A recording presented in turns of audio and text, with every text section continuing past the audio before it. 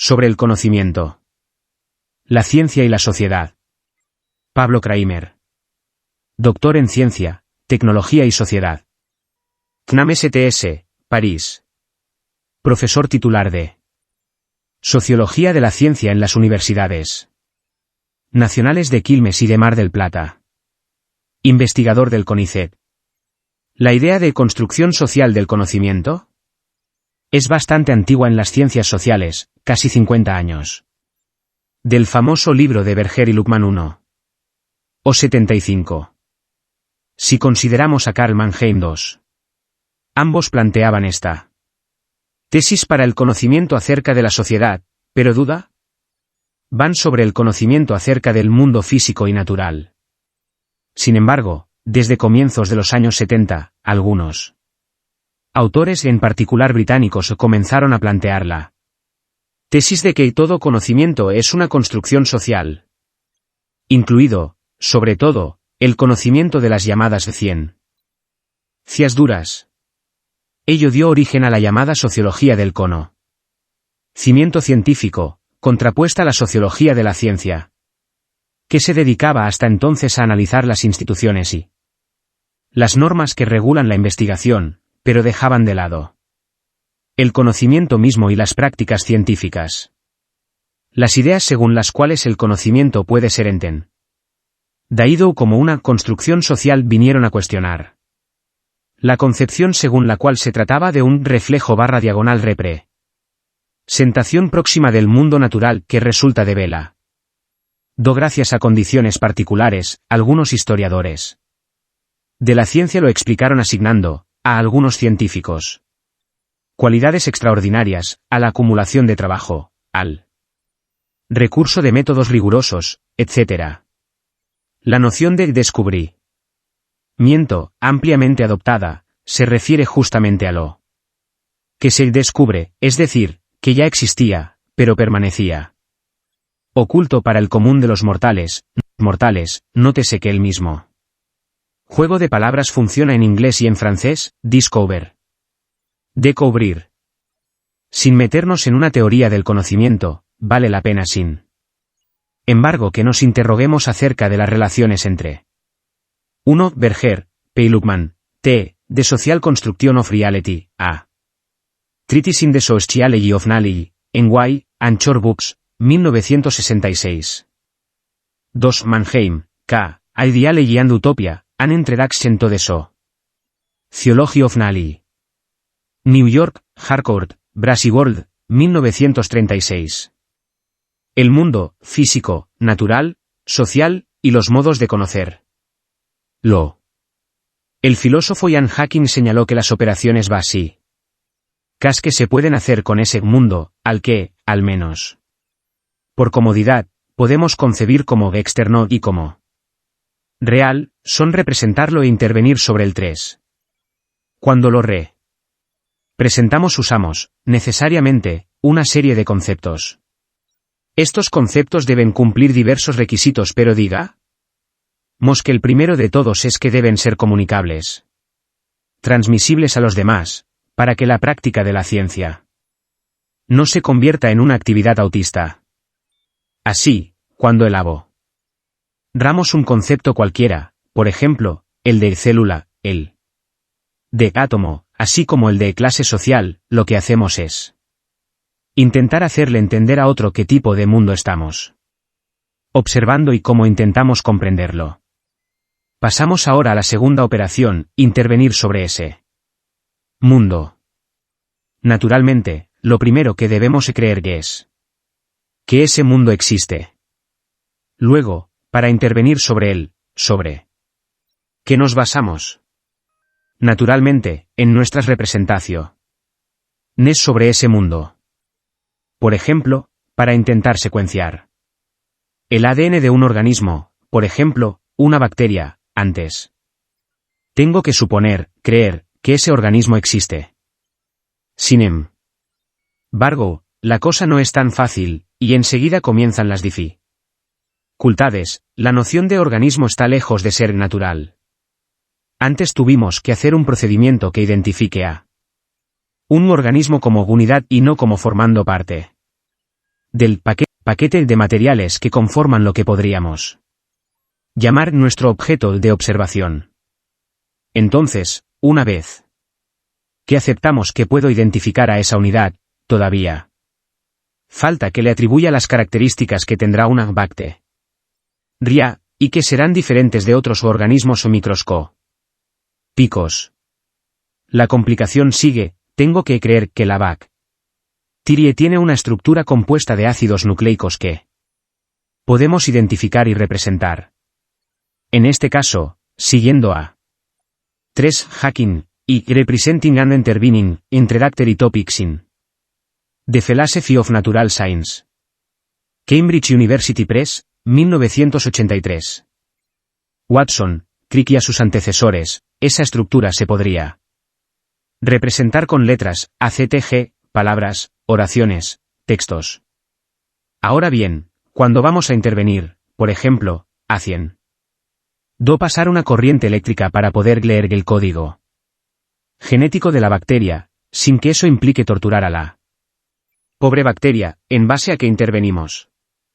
Naturalmente, dirá el lector, todavía algo sensibilizado por el sufrimiento que le imagina a la bacteria, en base a nuestras propias representaciones. Vamos a la parte más provocativa de este argumento, cuando los habitantes de una tribu de África practican la danza de la lluvia es porque se representan que habrá una relación causa-efecto, según los designios de una entidad superior que se verá complacida con sus danzas, y dispondrá que llueva. Ya veo a alguien respondiéndome. Pero eso no tiene ninguna base empírica, eso es mito/religión. Por supuesto, no voy a ponerme a hacer una tabla de frecuencia entre el número de bailes ejecutados y la cantidad de milímetros de lluvia registrados en la zona en cuestión. La llamada ciencia moderna está llena de ejemplos similares. Puesto que, como ya estamos sospechando, se trata de una actividad social, y como toda actividad social se sustenta en creencias. La diferencia fundamental es que las creencias científicas no están basadas en el dogma ni son, por lo tanto, inmutables. Volvamos un minuto al ejemplo del ADN, la forma de representación está, sin dudas, impregnada de nuestra cultura. ¿O alguien pondría en duda que nuestro lenguaje, en este caso nuestro alfabeto, es una producción social? Ahora bien, si nuestra representación está impregnada de nuestra cultura, y si solo podemos intervenir sobre el mundo en función de nuestras representaciones, el conocimiento no podría ser otra cosa que una actividad social. Alguien me va a objetar. Pero el propio ADN existe independientemente de cómo lo representemos. Podemos dar dos respuestas a ello, la PRI mera sería, es cierto, aquello que llamamos ADN, mientras que no intervenimos sobre él, es independiente de nuestra cultura. La segunda sería, en realidad, una repregunta, sí. No tengo la capacidad de nombrarlo, de representarlo, ¿qué es lo que existe? Hace unos años, en un breve texto periodístico me pregunta. Vea, ¿qué hubiera pasado si la estructura del ADN la hubieran propuesto los chinos? La pregunta es contrafáctica, pero a riesgo, y no me pidan que lo demuestre, que en vez de identificar tripletes hubieran propuesto un ideograma para cada uno, con lo cual posiblemente los modos de experimentar, intervenir, también hubieran sido diferentes, y hubieran perdido la noción de unidad/singularidad de las letras, que son corrientes en la biología molecular actual. Alguien podría argumentar que los chinos, que deben publicar en journals, lo habrían representado en inglés, pero eso es tan indemostrable como mi hipótesis. La confusión, frecuente, es identificar ciencia/conocimiento con sus objetos de estudio, con el mundo. Un montón de calcio y otros elementos que, para abreviar podemos llamar químicos no conforman un tiranosaurio rex ni nada parecido. No está allí esperando a ser descubierto como los indios de una vieja canción de Les Ludies que, ante la llegada del conquistador cantan en coro, al fin nos descubrieron. Si un arqueólogo / paleontólogo descubre el fósil en cuestión, es precisamente porque ya elaboró un conjunto de representaciones a partir de las cuales eso que ve tiene sentido. Por lo tanto, el conocimiento en general y el conocimiento científico en particular podrían ser definidos como los intentos del dar de sentido al mundo. ¿Alguien se atreve a pensar que el conocimiento es que el tiranosaurio? El conocimiento es, por el contrario, el modo de comprender aquello a lo que luego el llamaremos tiranosaurio, protón, revolución, proteína, planeta, entre otros tantos conceptos. Una prueba fácil del carácter social / cultural del conocimiento es observar cómo las creencias fueron cambiando. Conocimiento científico a lo largo de la historia. Lo cual se opone, naturalmente, al concepto de verdad, de objetividad, de independencia. Y ya que hablamos de planeta, parece que el pobre Plutón sigue siendo el mismo, aunque ahora ya no hay derecho a él llamarlo planeta, que parecía ser una verdad universal, porque la patota de los astrofísicos nos cambió el conocimiento.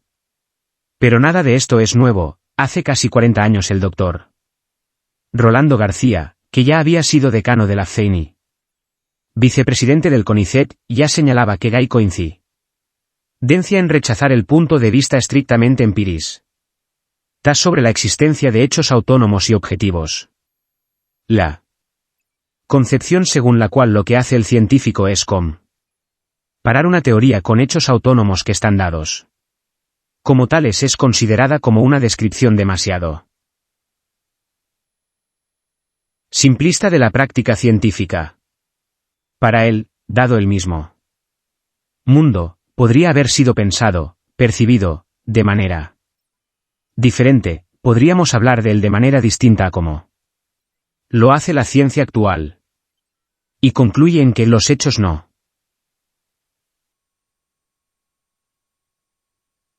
están ahí, dados de una vez por todas, hay toda una concepción del mundo que va involucrada en su elección y en la manera de tratarlos. 4. Si es entonces evidente que el conocimiento es una práctica social, ya es mucho más difícil establecer cuáles son las dimensiones sociales que lo influyen. Es relativamente fácil ilustrar cómo la representación del ADN está marcada por nuestra cultura alfabética. Pero es difícil avanzar mucho más lejos. De hecho, podría decirse que es el gran fracaso de la 4. García, R.V. Ciencia, Política y Concepción del Mundo. Ciencia Nueva, No. 14, enero de 1972, páginas 23 a 25. Todas las sivas son del autor. Sociología de la ciencia que pretendió mostrar las causas sociales del conocimiento. Ha habido muchísimos intentos, como el de pretender que el trabajar con entidades individuales, átomos, moléculas, células, etc., es un emergente de una sociedad liberal donde prima el ciudadano por sobre el colectivo, que la disolución de ciertas divisiones disciplinarias tradicionales, por ejemplo, la división entre lo que es propio de los seres vivos y el mundo de materiales inorgánicos, implicadas en las nanociencias, es el reflejo de una sociedad postindustrial, que hay una constelación de intereses identificables, individuales, colectivos, en toda práctica científica, que son las relaciones entre determinados actores las que determinan el contenido del conocimiento, etc. Pero nada de esto parece demasiado sólido. Intentar establecer con solidez las dimensiones sociales del conocimiento es una tarea para el hogar para los sociólogos. No poder admitir las mutuas limitaciones ha estado en el origen de lo que se llamó, absurda y pomposamente, la guerra de las ciencias, en parte detonada por la divertida broma del físico Alan Sackel hace más de 10 años, y de su libro, escrito con Jan Bricmont, menos divertido y lleno de falacias. Ni siquiera hay dos culturas, como señaló J.P. Snow en los años 60, una científica y otra literaria. Vivimos a travesa dos por múltiples culturas, y es bueno aceptarlo. Los científicos experimentales pueden aceptar que sus conocimientos son importantes y extremadamente útiles para la sociedad. Pero aún así están basados en creencias y, por lo tanto, sujetos a cambios, a rupturas, a reformulaciones. Como toda creencia. Y la gente de las ciencias sociales debería hacerme yours y más serios de esfuerzos para poder identificar y explicar las relaciones entre conocimiento y sociedad. En una interpretación apresurada podría decirse que el título de esta nota remite a la relación ciencia-sociedad. Pero la intención principal es la de resaltar la importancia no tanto de la ciencia sino de la visión científica del mundo. Un concepto que va más allá de las disciplinas específicas que pensamos incluidas en ella para la toma de las decisiones colectivas de la humanidad. El pensamiento ordenado y la atención inclaudicable a la evidencia, especialmente la inconveniente, la no deseada, la que desafía nuestros preconceptos, son de altísima importancia para la supervivencia del género humano en el siglo XXI. Aunque parezca de pero grullo, ya que nadie defendería abiertamente el pensamiento caótico y el desprecio por las evidencias, hay gente que, de hecho, envuelve estas dos prácticas en una neblina retórica destinada a ocultarle a su eventual audiencia y, en muchos casos a sí misma, las verdaderas implicancias de su razonamiento. Ya lo decía George Orwell hablando de la principal ventaja de hablar y escribir claro. Cuando digas o escribas un comentario estúpido, su estupidez será obvia, aun para ti mismo. Tratando de satisfacer a Orwell, esta nota intenta mostrar que las implicancias de tomarse seriamente una visión del mundo basada en las evidencias es bastante más revolucionario de lo que la gente piensa. La palabra ciencia tiene, al menos, 4 significados diferentes.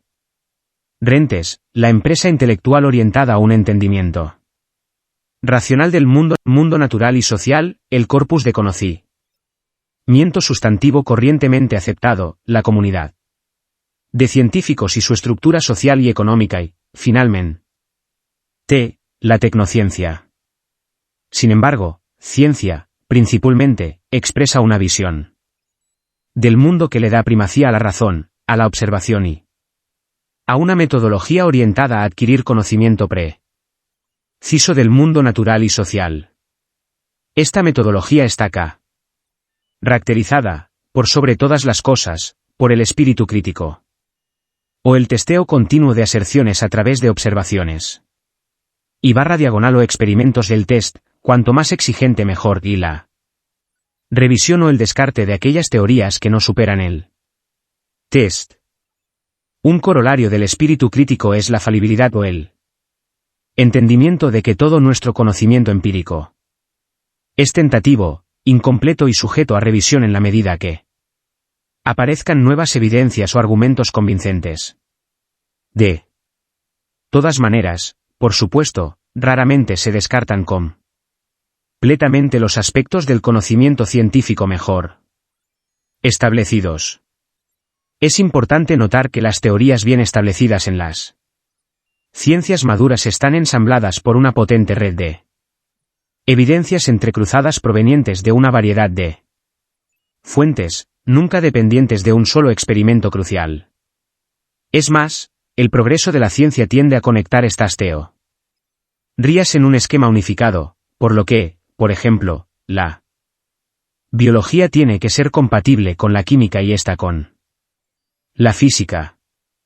Debe enfatizarse que el uso del término ciencia no está limitado a las ciencias naturales, sino que incluye investigaciones orientadas a adquirir conocimiento preciso de asuntos fácticos relacionados con cualquier aspecto del mundo, por medio del uso racional de métodos empíricos análogos a los empleados en las ciencias naturales. Notar la limitación a las cuestiones fácticas. Intencionalmente quedan descartadas las cuestiones éticas, estéticas, de propósitos finales y demás. Entonces, no solo físicos, químicos y biólogos sino también detectives, plomeros y todos los seres humanos, en algunos. ¿Qué es la ciencia? ¿Y por qué debería importarnos asterisco? Alan Sackel. Doctor en física. Profesor del Departamento de Física de la Universidad de Nueva York, Estados Unidos. Conocimiento científico. Aspectos de sus vidas diarias, practican ciencia rutinariamente. Por supuesto que el hecho de que cada tanto todos practicamos ciencia, no significa que lo hagamos igualmente bien. O bien en todos los aspectos de nuestras vidas. Pero, sorprendentemente, gran parte del mundo no comparte lo anterior. Los primeros adversarios de la visión científica del mundo son los posmodernistas académicos y los constructivistas sociales extremos. Insisten en que el llamado conocimiento científico no constituye conocimiento objetivo de la realidad externa, sino que es una mera construcción social en igualdad de rango y validez con los mitos y las religiones. Los segundos son las pseudo-ciencias. El Reino Unido ha introducido, en 2008, estándares de competencia en homeopatía, aromaterapia, reflexología y otras terapias alternativas para proteger a la población de sus practicantes inadecuadamente entrenados. Los terceros y los más antiguos, las religiones, o su más actual y ecuménico eufemismo de la fe que, desde el punto de vista de la etimología epistemológica, deberían llamarse supersticiones. Los cuartos, los gerentes mediáticos y los políticos comprados por las corporaciones que nos inducen a perder la capacidad de llamar genocidio a un genocidio, mentira a una mentira y fraude a un fraude. Sin embargo, retornando a la definición de ciencia, acotarla la terna física, química y biología es insuficiente. El hombre vive en un único mundo real y las divisiones, casi administrativas usadas por conveniencia en las universidades, no se corresponden con ninguna frontera de la filosofía natural. Es contradictorio usar un conjunto de estándares para las evidencias en física, química y biología y súbitamente relajarlos para las de medicina, religión o política. En realidad, es posible hacerlo, como mucha gente hace, pero no hay justificación lógica en ello. En otras palabras, la ciencia no es meramente la valija de trucos inteligentes útiles en la formulación de preguntas arcanas acerca del mundo inanimado y el de la biología.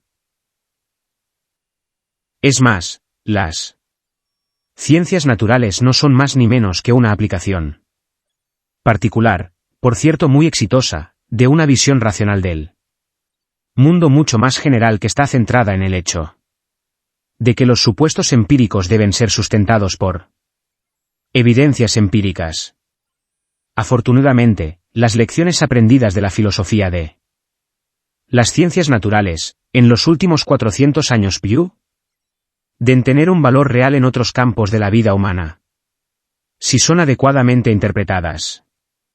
Esto no es imperialismo científico, nadie sugiere que los historiadores o los administradores de empresas deban usar exactamente los mismos métodos que la física, eso sería absurdo. Ni los biólogos usan exactamente los métodos de la física, ni los químicos biológicos usan los de la ecología, ni los físicos del estado sólido usan los de la física de partículas elementales. Los detalles del método de cuestionamiento, obviamente, deben adaptarse a la materia específica bajo estudio.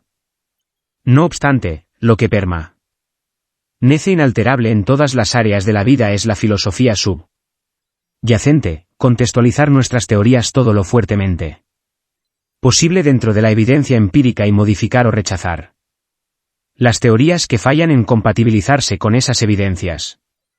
Es por esta lección de epistemología general, más allá de cualquier descubrimiento, que las ciencias naturales han tenido tan profunda influencia en la cultura humana desde Galileo y Bacon. Si bien lo que primero viene a la mente de la gente cuando piensa en los éxitos de la ciencia son las predicciones bien verificadas acerca del mundo físico y biológico, en realidad, el costado crítico y escéptico de la ciencia es aún más profundo e intelectualmente subversivo. La visión científica del mundo inevitablemente colisiona con todos los otros modos de pensamiento no científico que pretenden hacer predicciones fácticas sobre el mundo. ¿Cómo podría ser de otra manera? Después de todo, los científicos se la pasan constantemente poniendo a prueba las teorías de sus colegas a través de sus rigurosas miradas conceptuales y empíricas. En base a qué sustentos se puede rechazar la química del flogisto, la herencia de los caracteres adquiridos o la teoría particulista de la luz de Newton y a la vez aceptar la astrología, la homeopatía y las madres vírgenes? La verdad crucial de la ciencia se extiende a la ética y a la política, más allá de su área de interés fáctico. Por supuesto que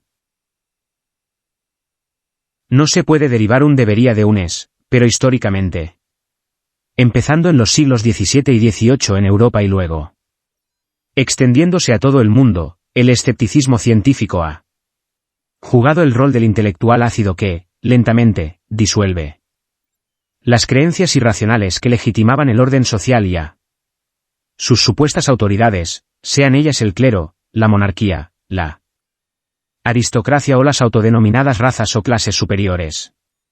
400 años después, tristemente, parece evidente que esta revolucionaria transición desde el dogmatismo a la visión del mundo basada en la evidencia está muy lejos de ser completa.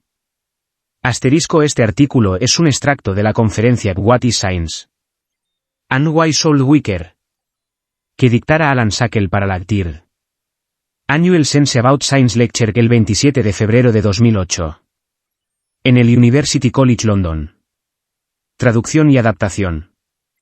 Guillermo Mattei y Claudio Yemi con autorización del autor. Es como si el mar hubiera llegado a la conclusión de que no se lo estaba tomando en serio y la Tierra, por su parte, pensara lo mismo. El planeta se estremeció como si quisiera salirse de su eje. Se levantó una ola de proporciones apocalípticas, avanzó sobre una isla y arrasó casas, autos, trenes, personas. Tan pronto como los primeros sobrevivientes comenzaron a surgir desde el lodo y las cenizas se desató otra catástrofe. Las centrales atómicas no resistieron el embate de las fuerzas naturales y comenzaron a vomitar radioactividad. Los daños y las muertes son inconmensurables. Con ese entorno siniestro estoy tratando de escribir un artículo sobre epistemología y no puedo dejar de preguntarme si tiene sentido trabajar en algo teórico mientras en este mismo momento una multitud de personas, si no murieron en la hecatombe, están contaminadas o a punto de estarlo. Sin embargo, sigo escribiendo.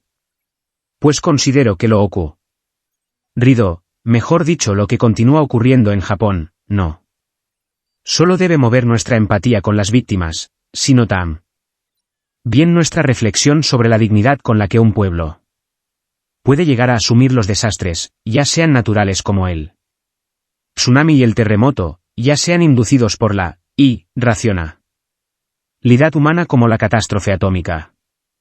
Y como esta última proviene de la ciencia, y la epistemología es pensamiento sobre la ciencia, entiendo que desde ella hay que asumir el desafío de elaborar hoy más que nunca conceptos sobre la tecnociencia, sus productos y sus consecuencias. La epistemología del siglo XX, fundamentalmente en su versión anglosajona, hunde sus raíces en la tradición metafísica. Aunque la niega y reduce la empresa científica a sus formulaciones lingüísticas bajo la forma de conceptos, hipótesis y teorías. El análisis lógico se convierte así en el eje de la reflexión epistemológica. Pero si pensamos que el discurso epistemológico se construye en la interacción con otras prácticas en el marco de un determinado dispositivo histórico, el juego hegemónico de su saber no es independiente del juego de las fuerzas sociales de una época histórica dada. La tecnocracia hace referencia a esta estructura de poder que concibe a la sociedad como un conjunto de sistemas técnicos orientados a través del conocimiento que proporcionan las diferentes disciplinas científicas. La responsabilidad en la toma de decisiones recaería entonces sobre aquellas personas que acreditan competencia en la identificación de las soluciones óptimas para resolver conflictos, de un modo eficiente, en la práctica y presuntamente neutral en lo ideológico. Pero la ciencia no se reduce a un conjunto de proposiciones verdaderas que se validan de acuerdo a criterios metodológicos inmutables, sino que se desarrolla como una empresa social con un alto grado de desarrollo institucional. Así pues, al igual que todos los otros ámbitos de la actividad humana, la tecnociencia resulta atravesada por valores, intereses y deseos que en modo alguno pueden ser reducidos a una ascética búsqueda de la verdad. Es por esto que toda teoría, aun aquellas con un alto grado de formalización, manifiesta una dimensión práctica constitutiva. Esto deviene evidente tan pronto como se desconstruye el complejo proceso social de producción de las teorías, o cuando este proceso culmina en aplicaciones tecnológicas que fabrican centrales atómicas en un país isla ZA, marreado por terremotos y tsunamis. Sin considerar, en esta oportunidad, que ese mismo país ya había sufrido los horrores de Hiroshima, Nagasaki y los irradiados de Bikini. La tecnociencia, como toda empresa social, requiere la formación de un consenso organizado para desplegarse. Surge entonces la necesidad de avanzar en la comprensión de las estrategias institucionales que garantizan este consenso. Estas estrategias se despliegan en un primer momento en el contexto de educación científico-técnica que, de acuerdo a pautas más o menos sistemáticas, cumple la función de transmitir y consolidar los métodos, técnicas y normas que indican en cada caso cómo se debe practicar la ciencia. ¿Para qué epistemología? ¿En tiempos aciagos? Esther Díaz. Doctora en Filosofía, Universidad de Buenos Aires. Profesora titular de Metodología, directora de posgrados en Investigación Científica e investigadora en la Universidad Nacional de Lanús. Conocimiento científico. Es necesario recordar que el proceso de reflexión epistemológica también comienza en el contexto de la enseñanza. Esto nos enfrenta con una situación paradójica. ¿Por qué? Por una parte existe una multiplicación de investigaciones sobre el impacto social negativo de varias innovaciones tecnológicas, desde las que se evidencian las limitaciones de la epistemología tradicional por ocuparse solo de la historia interna de la ciencia. Pero, por otra parte, se advierte que esa posición heredada que reduce la ciencia a su historia interna, continúa dominando la organización curricular vigente y descalifica a quienes abordamos los estudios sobre la ciencia desde una visión expandida a la ética y lo político-social. La constatación de esta paradoja es importante porque pone de manifiesto el papel reproductor de las instituciones educativas en relación al modelo todavía dominante en epistemología. Sin embargo, la denuncia de esta función reproductora del sistema educativo no alcanza para su superación. Se Cita además el desarrollo de propuestas alternativas, orienta. Das hacia la revisión y ampliación de los proyectos educativos. En sus diferentes niveles. El abordaje teórico de la ciencia debe realizarse desde una perspectiva interdisciplinaria capaz de aprender la compleja y multifacética trama tecnocientífica. La interacción recíproca que se establece entre discursos y prácticas en cada dispositivo histórico afirma los efectos políticos de la ciencia. Este reconocimiento debe posibilitar la construcción de un modelo que, aceptando la dimensión política de toda práctica discursiva, acepte asimismo la tarea de crear un nuevo marco conceptual para pensar la tecno-ciencia y enfrentar sus desafíos. Para ello es preciso tomar distancia crítica del modelo internalista propio de la concepción dominante de herencia anglosajona y patrimonio reduccionista y postular estudios epistemológicos que partan del núcleo duro de la ciencia pero se extiendan a las relaciones de poder y de deseo en las que se entreteje el conocimiento científico. Además, resulta indudable que ya es hora de estimular la participación comunitaria en aquellas decisiones vinculadas directamente con los fines de la investigación tecnocientífica. Y si bien esto amerita un debate no solamente nacional sino, y fundamentalmente, internacional, se puede comenzar a imaginar la consolidación de un modelo integral, pluralista y multifacético de enseñanza de la epistemología a nivel local o regional. Esta perspectiva en filosofía de la ciencia aspira a estudiar la formulación de teorías científicas y sus validaciones, como lo hace la epistemología dura, pero en lugar de detener, se ahí aspira a extender el análisis a las múltiples relaciones de poder de las que surgen las teorías y sus modos de validación. Este segundo tipo de elaboración de conceptos responde a una epistemología ampliada. El anhelo que subyace en la presente propuesta apunta a pensar en el muro que intenta separar la ciencia de su condición social. Pues la misión de la división purista es ocultar que la ciencia no solo es un dispositivo de saber, sino también político. Y así como ciertos grupos iniciáticos de la antigüedad guardaban sus secretos para aumentar su poder, la comunidad científica actual procura mantener el suyo proponiendo el hermetismo disciplinario, a los aquel. Y ocultando que los productos de esas teorías se revierten en las personas, la naturaleza, la sociedad y el medio ambiente.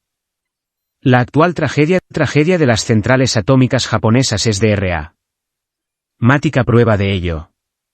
Ahora bien, cuando se evoca ese obstáculo que procura aislar a la ciencia de su entorno y se escucha a prestigiosos científicos y epistemólogos predicar incluso desde medios oficiales que la ciencia es inocente y no se la debe contaminar con sus aplicaciones tecnológicas, parecería que ninguna reflexión podría superarlo.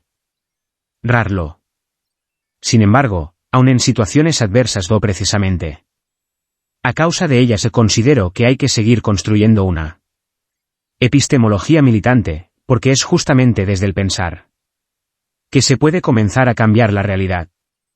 Un organismo solo sobrevive si interpreta eficazmente su realidad. La casi totalidad de esas interpretaciones son inconscientes, aun en los humanos.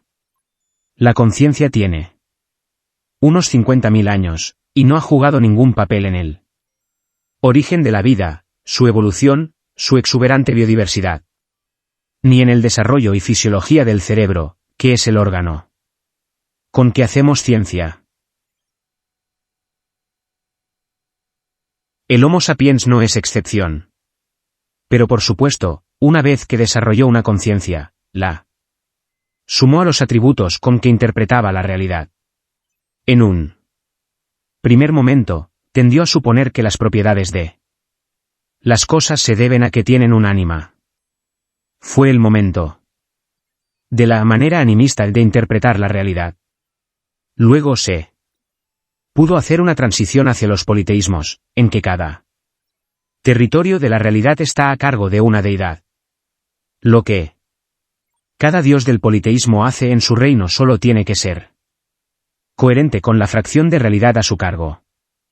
Luego en la transición hacia los monoteísmos, la única deidad y toda la realidad a su cargo requirió que el Homo sapiens inventara ni más ni menos que la coherencia de Dios. La sistematización del monoteísmo judeocristiano y los requerimientos epistemológicos para lograrla permitieron luego un salto intelectual descomunal hacia la manera científica de interpretar la realidad, que consiste en hacerlo sin invocar milagros, revelaciones, dogmas ni el principio de autoridad, PDEA, por el cual algo es verdad o mentira dependiendo de quien lo dice, la Biblia, el Papa, el Rey, el Padre. Esta manera de ver las cosas difiere de la ciencia ortodoxa, que figura en las enciclopedias y que afirma que la realidad está parcelada en disciplinas. Para interpretar los diversos campos de la realidad se requieren esquemas conceptuales y una parafernalia de aparatos extremadamente diversos, que una sola persona ya no puede abarcar. Eso lleva a los ortodoxos a decir la ciencia y la filosofía. Para mí, en cambio, la filosofía es una disciplina científica porque elabora interpretaciones, idealismo, racionalismo, empirismo, etc., y temas filosóficos, de Aristóteles a Kant, a Bangui, sin recurrir a milagros, revelaciones, dogmas ni al PDEA. En un primer momento, la ciencia fue tomada como una suerte de ajedrez puramente intelectual, y no se sospecha. Vea que la realidad de ahí afuera pudiera obedecer a sus postulados. No se podía contradecir a un geómetra griego que dijera todos los diámetros de una esfera son idénticos, mostrándole una bola de madera. Solo me estoy refiriendo a esferas ideales, hubiera respondido. Pero luego, comenzan. Tal vez con Galileo, se encontró que, aunque con imperfecciones, la realidad solía seguir muy de cerca los desarrollos científicos, al punto que podíamos aprender de ella cosas. Y luego incorporarlas a esa ciencia, que seguía apareciendo como una aventura de la razón. Pero, por ejemplo, Descartes cayó en la cuenta de que cuando la razón se encarniza en urdir posibilidades y alternativas, acaba naufragando en un mar de ambigüedades, por eso preconizó que, en dicho momento, se saliera a ver cuál de todas esas posibilidades teóricas si alguna se correspondía con lo que sucedía en la realidad. Luego, cuando se le encontraron aplicaciones útiles, la ciencia llegó a ser distorsionada por la impertinencia administrativa. Eso dio lugar a una marejada de tonterías, porque no hay una epistemología para entender y otra para aplicar. Algo se sabe o no se sabe y, si no se sabe, hay que recurrir a la ciencia, a la única, sin distinción entre básica y aplicada. Pero cuando descubrieron que podían, así y todo, manipular el presupuesto para impedir que los científicos continuaran haciendo desarrollos básicos porque juzgaban que así lo requería la frontera entre el orden de lo conocido y el caos de lo ignorado donde trabaja la investigación, los burócratas estuvieron en condiciones de forjar nuevas formas de tonterías, porque nadie puede aplicar algo que no tiene y sobre todo si no sabe hacerlo, siendo que tanto al científico como a la ciencia que aplica, los produce la ciencia misma. Hasta él. Entre el orden de lo conocido y el caos de lo ignorado. Marcelino Cereijido. Doctor en Medicina, Universidad de Buenos Aires. Profesor. Titular de Fisiología y Biofísica del Centro de Investigación y de Estudios Avanzados del IPN, México. Investigador nacional emérito y miembro del Consejo Consultivo de Ciencia de Presidencia de la Nación, México. Conocimiento científico. Proyecto más aplicado, curar una enfermedad, producir un combustible que no contamine, hacer una cámara más barata. Debe ofrecer de entrada un cierto argumento de por qué Pensamos que haciendo esto o aquello podríamos lograr una aplicación útil o, para regresar al administrador Mersevel. El patrimonio cognitivo no es un rejunte de saberes, sino que trata de maximizar su coherencia interna. Pascal decía que es tan sistemático y coherente, que se asemeja al cerebro de una sola persona que aprendiera continua e indefinidamente. Con todo, aparecieron huesos duros de roer, por ejemplo, cuando se llegó a la conclusión de que la luz tiene tamiento de ondas y también de partículas. Otros fueron el principio de incertidumbre de Heisenberg, el teorema de Gödel, y así. Hubo también trifulcas proverbiales, por ejemplo, la que llevó a Einstein a decir que Dios no juega a los dados. También lo fueron los relativismos que intentaron imponer una suerte de ética a una ciencia que no parece necesitarla. Aunque el científico sí deba tenerla. Pero lo importante es que, hasta ahora, cuando algunos de esos conflictos se logran aclarar, no demuelen la ciencia ni la reemplazan por un sistema distinto de conocimientos. El sistema científico es por el momento el que más se corresponde con la realidad. Esos huesos se toman como contingencias del hacer ciencia, debido a la tosquedad de nuestros aparatos, a la inadecuación de las herramientas matemáticas que tenemos, a la necesidad de forjar mejores enfoques. En una palabra, la manera científica de interpretar la realidad es un producto de la evolución. Y sigue evolucionando. Luego hay actitudes humanas, prácticas sociales, comprensibles y perdonables.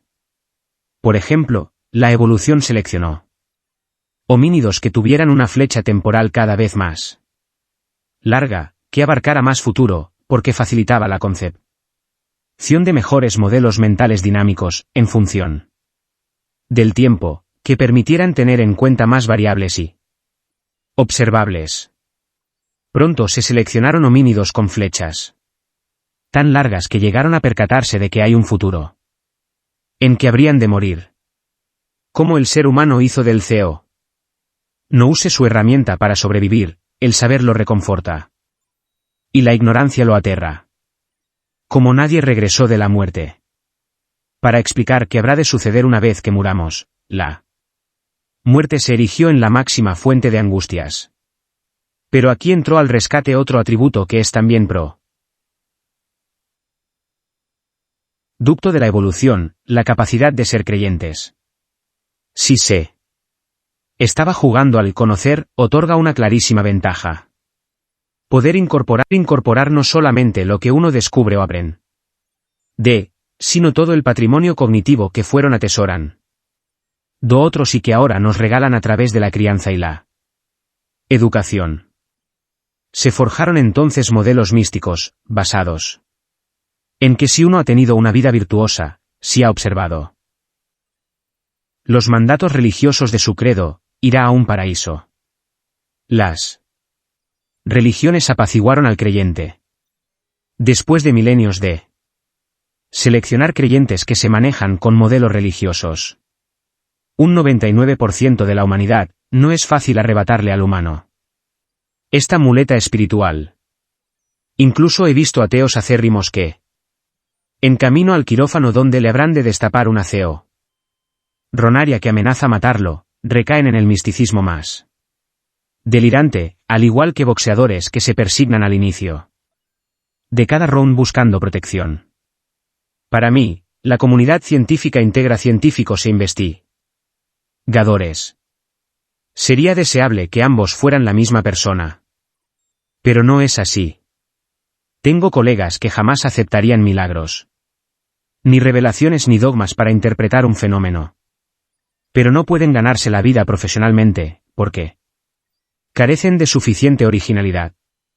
Y al revés, otros colegas son un manantial de nuevos conocimientos, pero creen a pie juntillas que el hombre fue creado como un muñequito de barro. Dicho sea de paso, la originalidad surge de lo más recóndito del inconsciente, cuyas leyes por ahora desconocemos. Puedo enseñarle a un discípulo a planear, demostrar, pero no a concebir ideas realmente novedosas. Por eso la ciencia no es un producto exclusivo de la razón. La razón entra a último momento, cuando discutimos resultados e interpretaciones y cuando redactamos artículos en los que el editor nos obliga a ocultar corazonadas que fueron cruciales, pero que él considera anecdóticas e innecesarias para incorporar un nuevo conocimiento. Nuestra sociedad vive una esquizofrenia preocupante en torno a la ciencia. Por un lado, los educadores y la sociedad en general se llenan la boca de alabanzas hacia la diga ciencia, el pensamiento crítico que también se entrena en la arena científica, es necesario para todos los órdenes de la vida moderna, y no hay educador que deje de ponderar la importancia de la enseñanza de la ciencia en todos los niveles educativos. Por otro lado, sigilosamente, crecen las posturas anticientíficas, muchas veces fogoneadas por instituciones educativas. Desde las escuelas, profesorados y universidades, hasta ministerios, y por un amplio sector de intelectuales generalmente identificados con posiciones de izquierda. Es justamente ahí en donde la esquizofrenia social se va de escala. Mientras directivos, educadores, padres y maestros declaran que pretenden de la escuela la adquisición del pensamiento crítico, autónomo y el escepticismo criterioso, toleran a la vez la educación religiosa, la fe irracional. Lo que resulta inentendible es que amplios sectores de la intelectualidad cultiven y promuevan el pensamiento acrítico, relativista, demagógico y laxo. A estos intelectuales se los identifica habitualmente con las corrientes posmodernistas, relativistas culturales, relativistas epistemológicos, constructivistas sociales, etc. Todas estas corrientes son anticientíficas. Fomentan la irracionalidad, la tolerancia al pensamiento mágico, la proliferación y el avance de las pseudociencias. Cuando me refiero a la actitud anticientífica no estoy haciendo una defensa corporativa de una pequeña comunidad de gente medio loca y con guardapolvo. Me refiero lisa y llana mente a las bases del pensamiento científico, la racionalidad, la ausencia de principio de autoridad, la validación por la evidencia, minando las bases. En la Argentina, los profesorados de ciencia someten a los estudiantes a un bombardeo de creencias relativistas del estilo. No hay verdades objetivas, el pensamiento científico no persigue la verdad, hay una ciencia de cada cultura y cada cultura tiene su verdad, el conocimiento científico es una construcción social y cosas por el estilo. Ese más o menos. El discurso oficial de nuestros profesorados, ¿de dónde salen? Los docentes de ciencias que a su vez lo transmiten a los más jóvenes. Los relativistas culturales parecen enternecidos con las culturas de los pueblos originarios. Pregonan que sus cosmologías, la Pachamama, el hinduismo, el chamanismo, son tan válidas y legítimas como la científica. Pero no aclaran qué criterio adoptar para resolver las contradicciones entre unas y otras. Parecen tolerar que dos afirmaciones contradictorias puedan ser verdaderas ambas. Por ejemplo, la Tierra se formó hace 8.000 años y la Tierra se formó hace 4.500 millones de años. Pueden ser ambas falsas, por supuesto, pero no pueden ser ambas verdaderas. El desprecio profundo que los relativistas culturales profesan por la lógica le tiende una alfombra de terciopelo al negocio de las medicinas alternativas y brujerías que se alimentan de la ignorancia y de la falta de pensamiento crítico. ¿Cómo evitar en los jóvenes el siguiente razonamiento? ¿Para qué voy a fatigar mis neuronas con el álgebra, el cálculo y la física si puedo llegar a una cosmología equivalente con solo ¿Internarme en estos otros relatos tan bonitos y accesibles? ¿Para qué hablar de ADN, evolución, genes, intrones y rones si la versión de la fuerza vital es mucho más sencilla y tan auténtica como la científica? No faltan trasnochados que dicen que la ciencia es una herramienta de dominación imperialista, un producto burgués machista, una forma de ideología capitalista, que se impone y legitima por vías hegemónicas como tantos otros proyectos culturales de Occidente. La propaganda posmodernista es tan intensa que muchos incautos compran. Son tan baratos y tan chispeantes los espejitos de colores. La verdad verdadera. Si el conocimiento científico no fuera verdadero, las computadoras no funcionarían, los medicamentos no curarían, las anticiencia. Ricardo Cabrera. Biólogo, Universidad de Buenos Aires. Profesor de física. Docente del CBC. Director de la revista Exactamente. Conocimiento científico. Sondas espaciales no llegarían a destino, y la tecnología un fracaso comercial. Pero el mundo cambió estrepitosamente. Porque hay una tecnología que funciona y crece basándose en el conocimiento científico. No es tan difícil de entender. Es cierto que no hay demostración lógica, definitiva, de que se haya alcanzado la verdad absoluta en ningún conocimiento. Pero nos basta con saber que algo es verdadero más allá de toda duda razonable. Los conocimientos científicos consolidados, o sea, aquellos que se han corroborado varias veces empíricamente, suelen alcanzar ese grado de verosimilitud tal que es ridículo dudar de ellos. No es razonable desconfiar de que la sangre circule. Es risible poner en duda que el ADN es una doble hélice. Es irracional plantear que entre dos especies cualesquiera no haya habido un ancestro común. El progreso científico es una realidad, porque cada vez es mayor la acumulación de conocimiento del cual solo los chiflados podrían dudar. La gente cuerda se maneja con aproximaciones a la verdad. Llaman verdad a eso, a aquello de lo que no se duda a menos que uno esté chiflado. Y la ciencia no pretende más que eso, pues alcanza y sobra. Si los filósofos no encuentran un método de validación absoluta, bueno, tal vez no lo haya. Pero nadie piense que esa derrota puede afectar la validez de la ciencia. El decimonónico positivismo. Eso sí, hay que admitirlo, el positivismo ya está viejo y pasa de moda. Se trata de una doctrina iniciada por el filósofo y matemático francés Auguste Comte en el siglo XIX. Concibe a la ciencia como una forma de saber que se remite exclusivamente a los hechos y a las relaciones entre los hechos. O sea, un empirismo puro. Y asume que la verdad puede alcanzarse de esa manera. De esta tradición surgen los trabajos de Robert K. Merton, que esbozó un esquema de la ciencia. Son 4 normas. La universalidad, o sea, no es relativa ni perteneciente a una sociedad particular. Es comunitaria, es decir, sin restricciones en el conocimiento científico, lo que se descubre, se comparte. Es desinteresada.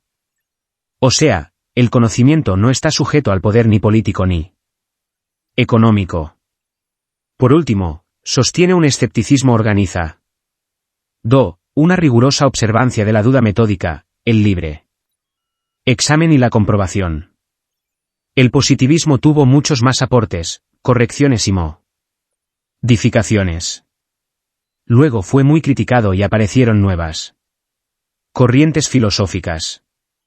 Vino el realismo, el falsacionismo, el externalismo moderado y externalismo fuerte, después vino el constructivismo, después apareció el modernismo, el posmodernismo y en el medio seguro que está la filosofía lingüística, y así nos vamos modernizando y dejamos atrás los siglos pasados de moda.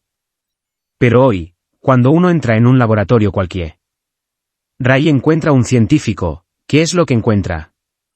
¿Qué hace ese señor o esa señora? ¿Qué piensa ese individuo? ¿Duo de lo que él mismo hace? Pues bien, lo que uno encuentra es un positivista en bruto. En general, se trata de una persona que de epistemología ni jota y menos aún de filosofía, que no tiene mucho tiempo de dedicarse a otras ramas de la cultura, pero no se jacta de ello. Que trabaja frenéticamente en ciencia poniendo el foco en la evidencia y no se conforma con nada menos que con la verdad. Y lo hace de un modo tan parecido a como lo describió Merton, que no es fácil hallar una diferencia. Sí. Es que la hay. El modo de pensar, de encarar los experimentos, de sacar conclusiones, de planear la investigación, de entender el mundo. Es formidable, efectiva y decimonónicamente positivista. ¿Por qué tanto silencio? Con justo derecho, uno puede preguntarse por qué la comunidad científica no denuncia con gran estruendo este atrope. Yo a la razón. El principal motivo es que los científicos siempre estuvieron mucho más interesados en sus investigaciones que en las repercusiones sociales de sus investigaciones. Por otro lado, como ya lo expresó ácidamente Richard Feynman, la filosofía de la ciencia es casi tan útil para los científicos como la ornitología lo es para los pájaros. Para quienes estamos preocupados por lograr un mundo más justo, más igualitario, sabemos que conocer es necesario para cambiar, y vemos con mucha tristeza e indignación que cierta porción estúpida de la izquierda renuncia a la racionalidad. La verdad es aquello que no se puede comprar, es lo que la evidencia dictamina. Cuando el único árbitro es el universo, los poderosos se quedan sin opciones. Aun cuando el interés no fuese político, comunitario, la verdad, la razón y la objetividad son por sí solos valores dignos de ser defendidos y protegidos. Por eso es necesario denunciar la anticiencia ahí donde uno la encuentre. Jones. Tirad intelectual, de eso se trata.